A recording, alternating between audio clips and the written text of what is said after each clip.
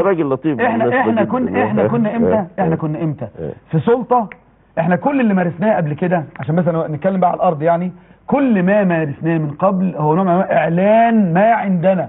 وكل اعلاناتنا بالنسبه للاقباط والحجاب والمراه عموما والشريعه الاسلاميه والسياحه، كل ده كل ما اعلناه لا غبار عليه. لكن المشكله الرئيسيه لم نوضع في نقطه واحده لسلطه بنوع يعني السياحه كنا ولا امن كنا مش. لا يا سيدي، انت لما خدت سلطه في البرلمان، لما خدت سلطه في البرلمان، لما خدت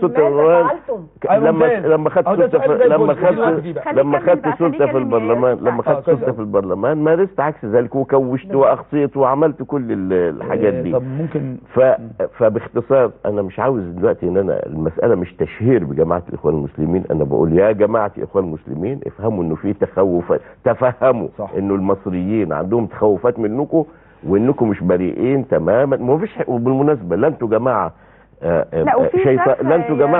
لا انتوا جماعه شيطانيه بس ما انتوش ايضا جماعه ربانيه زي ولا ملائكيه. لا بدا يتقال دلوقتي في ادبياتكم يقول لك ده جماعه ربانيه وما الى ذلك.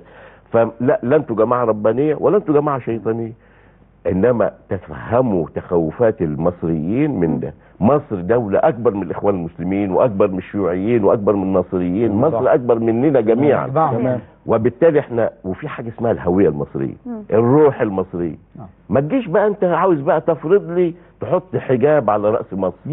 مش الحجاب، انا مش قصدي الحجاب، انا مش قصدي الحجاب بتاع الست، انا مش قصدي الحجاب بتاع الست، انا قصدي حجاب على عقل مصر، حجاب على عقل مصر. لا نمرة 2 يعني ده نمرة 2 بقى نمرة 2 لا قضية ولا سيبك من ده. نمرة 2 ده رسالة الطمأنة ديت مش بالكلام بقى.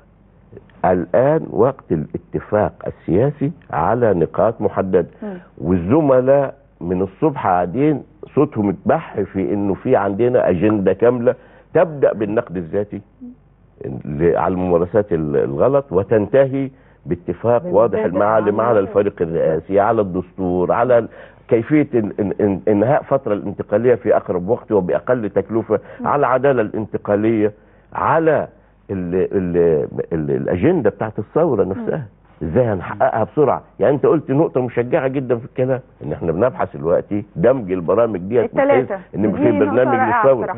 ده فكر، ده خطوة مهم بس يسبقها الاتفاق السياسي. انا في الاخر مانيش عاوز يحكمني، ما بقاش عامل زي النظام الايراني عند رئيس جمهورية بياخد تعليماته من المرشد اللي هو مديله البيعة قبل كده واللي احله منها. يعني لا وبعدين ده في تراتبية يا استاذ سعد، في المرشد وفي السيد خيرت شاطر وبعدين الاستاذ الدكتور المحترم محمد مرسي. فاحنا يعني خايفين انه يعني فدي مخاوف مشروعه ومطلوب يعني الاجابه عنها باتفاقات سياسيه علنيه واضحه. طب انا عايز قبل ما اتكلم عايز نصيحه، وبرضه ده بيروح الرغبه في البحث عن توافق الوطن. طيب انا عايز قبل ما اجاوب، انا برضه عايز مساعد فيه يرضى عليا في عجاله. لما حضرتك يعني يظل يقال عليك ده الاستاذ سعد هجرس كذا، ده الاستاذ سعد هجرس كذا، الاستاذ هجرس يطلع في كل يوم في الاعلام يقول يا جماعه انا كذا مش كذا. فالاستاذ سعد هجرس يقول ايه لما تتكرر كتير يعمل ايه؟ يقولوا العيار اللي ما هقول لك ايه لما الاتهامات تبقى كتيره كده. ايوه ان انا ابحث اشوف الله ايه السبب بتاعها واصلحها. ما هو ما هياش وسائل اعلاميه، عايز لا اساس في الواقع. عايز الاساس ده برضه يكون اي جلسه اعلاميه بتكون من غير ممثل عندنا هنا في البرنامج ده. امبارح كان معانا الدكتور احمد ابو بركه والنهارده حضرتك، يعني لا يمكن نكون قاعدين من غير توافق الوطن، سواء كان في السؤال او في